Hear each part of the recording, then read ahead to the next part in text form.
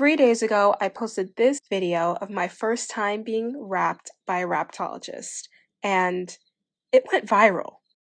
Like, really viral.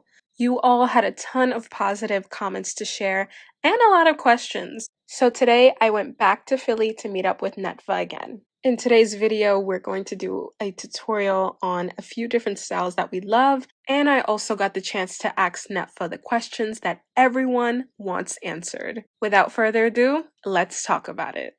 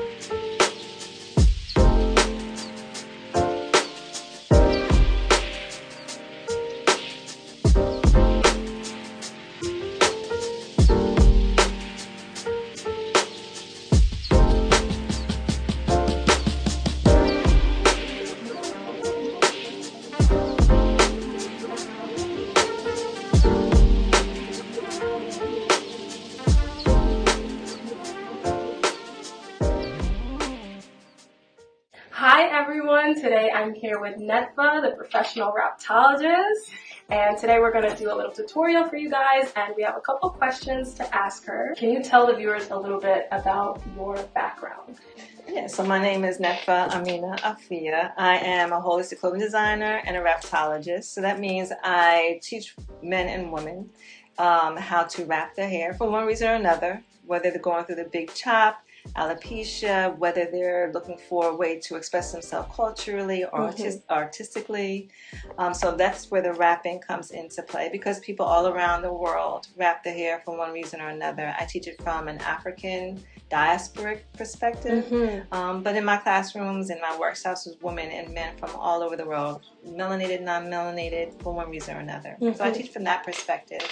Also, I'm a holistic clothing designer. Awesome. Been doing that for 30 years, both of them for over 25 years, 30 years. So I use a lot of natural materials, cotton, linen, silk, wool, hemp, because they breathe with our bodies. Yes. We bring a lot of color theory into the adornment piece and the process, because color is energy, we are energy, and color can subdue or enhance our energies.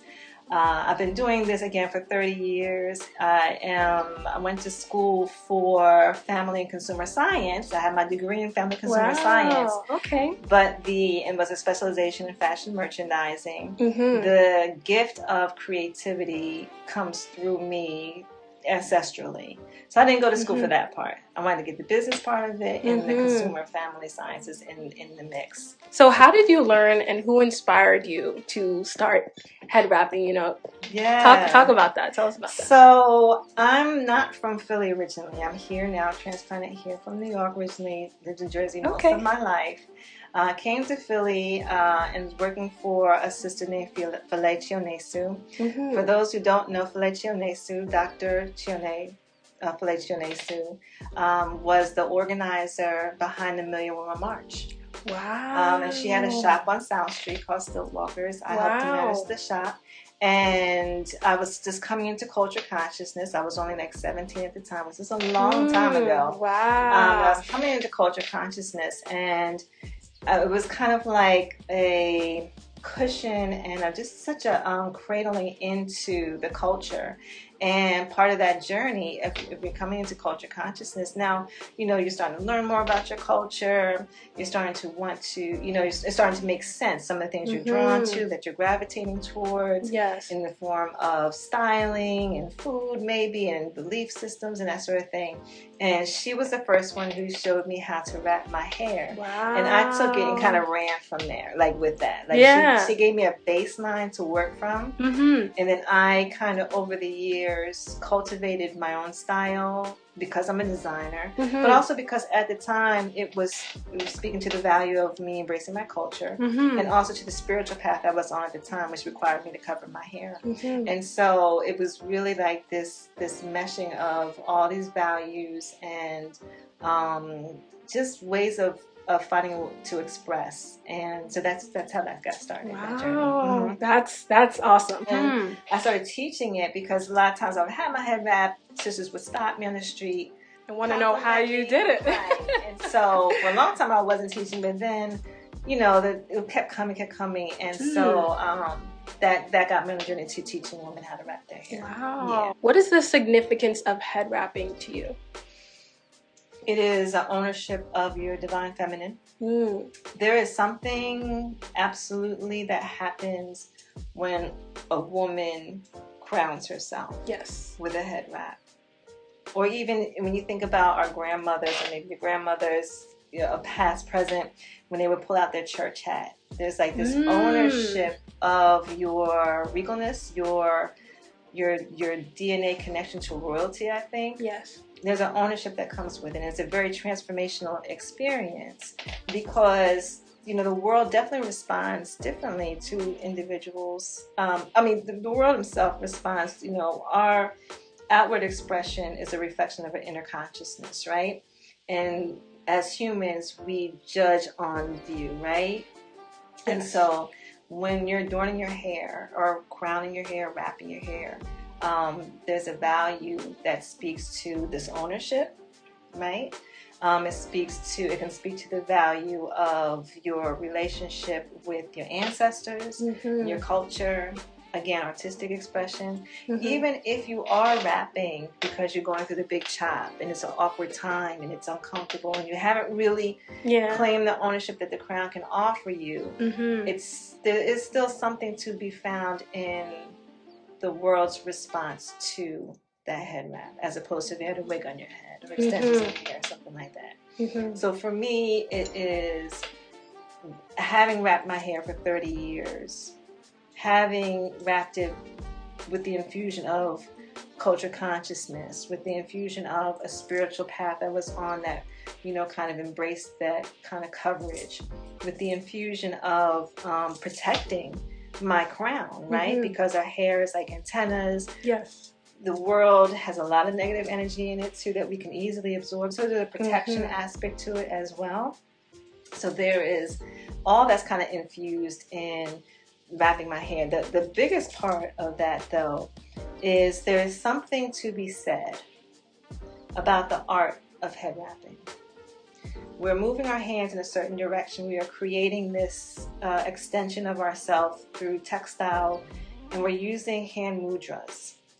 Really? To do this, right? Yeah. And my mind didn't even connect with that. Yeah. As opposed to just, there's been opportunity along the way, especially because this is my business as well. There's certainly been opportunity along the way from my other comrades who are Wraptologists said, well, and even my clients who are older, or maybe it's less convenient to kind of wrap each time, much easier to kind of have something already made, put it on your head and go out for the day, right? So there's always been this kind of like encouragement, this push to do it that way. Yeah. For me, and I totally get it, like especially if you have mobility issues, if there's a place for that, but I would be remiss if I kind of exchanged the artistry and the energy that is found and the connection that is found in actually head wrapping with something you just put on your head like a hat. So it's more of kind of like a meditation, almost it's like a practice. It's a ritual. Yeah. It is.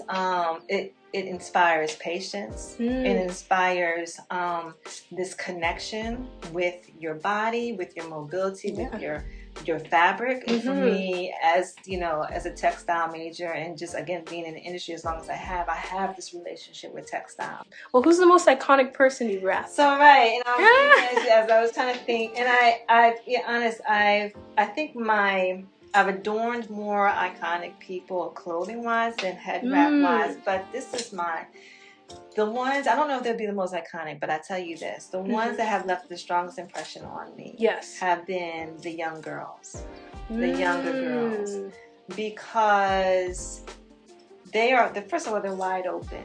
Yeah. And when you sit in my chair and you have this experience of head wrapping, which it is a transformational experience, especially the little girls who, you know, maybe have never been exposed to it. Yeah. I mean, even older women too, for sure. But the younger ones, there's an opportunity and a visible planting of a seed that tells them at an early age, that sets the impression that says, I'm beautiful, or I'm queenly, or something more than what they might have experienced before they sat in a chair. And I'm not saying that's everybody, and I'm not saying the head wrap alone is going to do it, but there is something that happens when a little girl comes in my chair. She doesn't have a head wrap, never experienced it. She gets her head wrap, she looks in the mirror, and she sees something different than she saw before she sat there. And whether she's tapped into a DNA memory, that's how I felt when you had me tell her that's what's happening. Because I've had girls, like I remember this one, on a quick note, there's this fashion show, I used the mother-daughter fashion show I used to do every February in the community I was serving at the time, and it was like more of an urban dwelling area, you know, so a lot of these urban youth, you know, they're coming in with like this rah-rah energy, these young girls, all this fire, and we get them kind of into their garment for the fashion show, and we wrap their hair, and it's almost like they grow like 5 feet like a flip, and it's like, it's not Shanae, it's Miss Shanae. Like there's this ownership. Like they just change, and the posture is different. Right. And so when you see it in the youth, that's where you want to hit it. When they're young. They're most impressionable when they're young. But when you're older, you kind of formed your belief system. It's not to say you cannot have a transformation, because you absolutely can. But with the younger ones, that's just, I'm humbled to be a catalyst for that. When you're wrapping, and this is not even just about the wrapping, it's just about how we present ourselves in public, right? Again, this is our outer expression of the inner consciousness, and you never know who's watching. You never know who's taking note. Yeah. Right? And how you might be inspiring someone, or, you know, turning them off, you know. And so we can be conscious, and we can carry that consciousness in our walk. And it's not to say that I don't have my bad days, and, you know, I'm always kind of like thinking who's watching, but it's just, I think with the younger ones, especially now, it's really important for the younger ones to kind of see representation in us, and we owe it to them to kind of be as in tune with ourselves as possible, especially with our higher self or divine feminine. Wow, that's incredible. Yeah, that answer blew me away. Oh, okay. Because I didn't even think about know it from that aspect. Right. And can you tell the viewers, you know, how they can find you online? Absolutely. So you can find me on my website at simplynetfah.com. Yes, and that will be on the screen and in the description. Right. I do offer one-on-one consultations for head wrapping and adornment.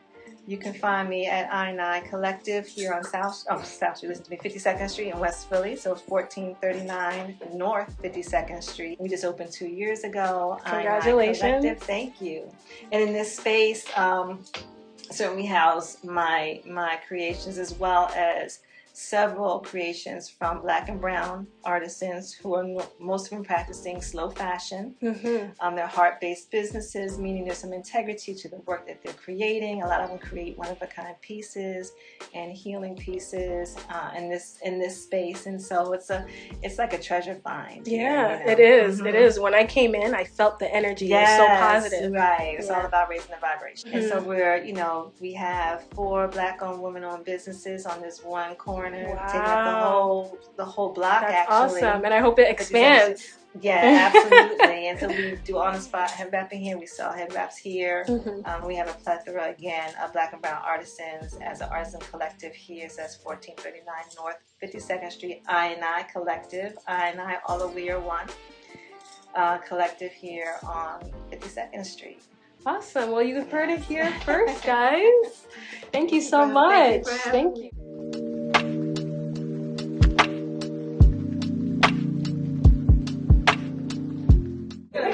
using 2 yards of a cotton gauze.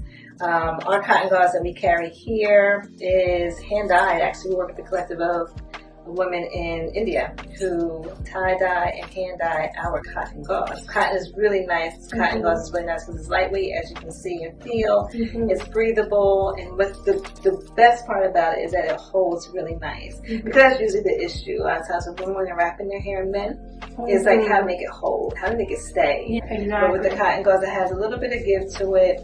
And again, because it's all natural, it breathes with our hair, breathes with our skin. So that's what we always want to kind of be mindful of. If you're wrapping your hair every day with cotton gauze, cotton can be absorbing, of our oils. So it can cause some dryness if you're wrapping every day, but you just kind of like counteract that with just oiling your hair, maintenance your hair. Okay. Today we're going to do a couple of different styles with this one fabric, which is really great. It offers a lot of versatility, which a lot of us want. We can wrap this on our head, we can wrap it on our body, do a scarf around the neck, do a sarong around our waist, do a bathing suit cover up. So it's a really great fabric to throw in your bag and have on hand for any kind of adornment like that. So we're going to start off short on one side, long on the other, because basically we're going to use the fabric to create your height. If you didn't have all this hair here, then you could still create a certain amount of height with the fabric off of technique alone. But since you have the fabric here, it just adds to the ease of creating that height. I'm going to do that by just bringing it down here, coming down here, and then cross over. When we cross over, we want to be kind of taut with it. I'm going to pull, but you just hold your neck nice and firm. So the first time around, you want to be kind of tight with it because that is what's going to secure the head wrap on your head. And the rest of the way is going to be kind of fun side and all. No, that's not a picture. Each time we go around, the idea, the concept is you're going to kind of go on an incline higher and higher each time because you want to get that height. If you want to keep it low, just kind of monitor when you go around, just kind of keeping it lower. But this one we can afford to give it a little height. You have the hair there to hold it.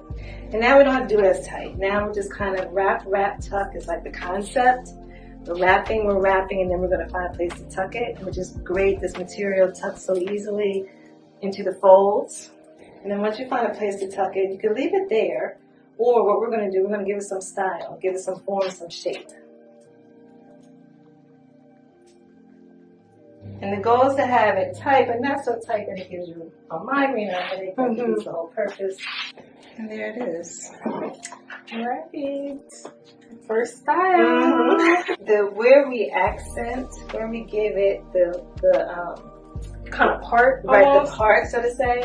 It's kind of based on the shape of our face. So you have an oval face, right? So you can afford to part. You can go straight across with it. You can part it in the middle like we just did, or you can put accent on the side like I did. I have a longer face, so for me, if I want to accentuate the length of my face, then I'm going to put it right here where I put yours. If I have a rounder face and I want to make it look less rounder, I'm going to put it here again, or on the side. If you have a rounder face, going straight across is going to make it look rounder. It's called face framing, so we do the same thing with head wrapping. Okay, cool.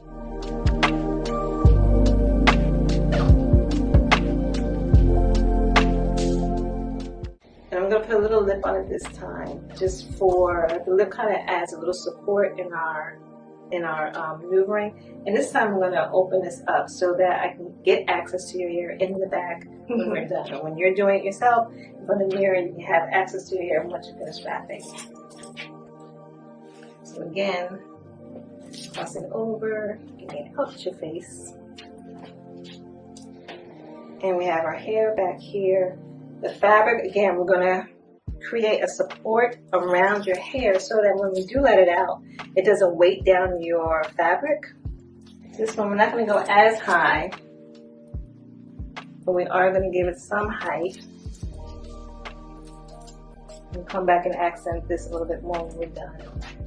We want the hair kind of coming out the top as opposed to laying in the back. So when we go around the back, we're going to kind of give it a little tautness.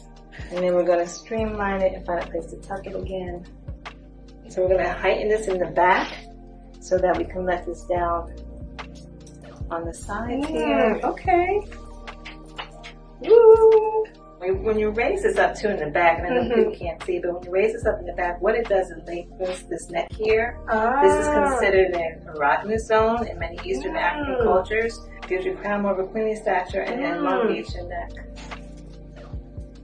And you can even put your hair in a bun too. Absolutely, absolutely. Yeah, tuck it in and just have, you know, peekaboo type of effect. Oh yes, I love this one.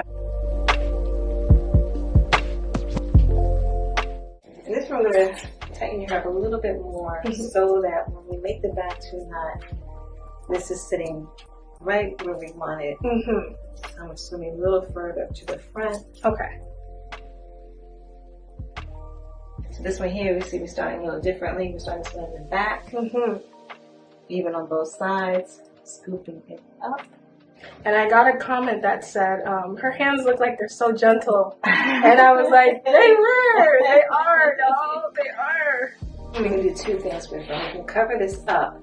Okay. But we're going to start open first. Okay. Open here. We're just wrapping around, like back and forth. And then you're going to tuck again. Kind of a knotted effect. Very simple, very quick, very easy.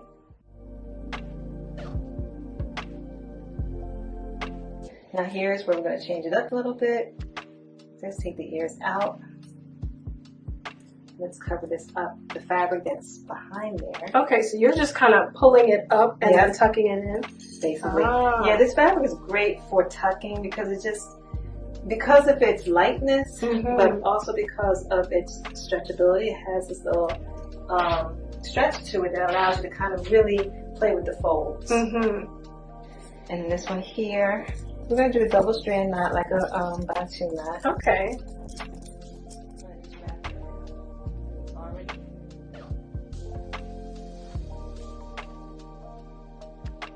You can do something like that, give it this little floral essence, or just kind of tuck it in. You can do something like that.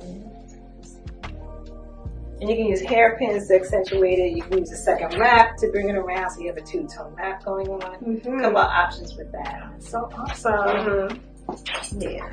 I didn't even realize you could play around with it so much. Absolutely. I feel like most people, like around my age, we usually just, you know, the bantu knot in the back, and, you know, that's it. Or sometimes I see some girls, like, they'll have it kind of like a headband, but I didn't even know you could get this like creative. Really fun with it. I think once we take the anxiety out of doing it right, then you can really get creative and have fun with it and form a relationship with your headband. You know, I think too, if the closer to natural fabric that we can stick to, the easier the experience will be for us. Because what happens a lot of times with my clients or when I'm doing workshops, the big complaint is how do I keep this, like, what's the best fabric to use? How do I keep it from slipping? And how many yards do I use? 2 yards is a great length. It gives you enough to give you some versatility without overwhelming you.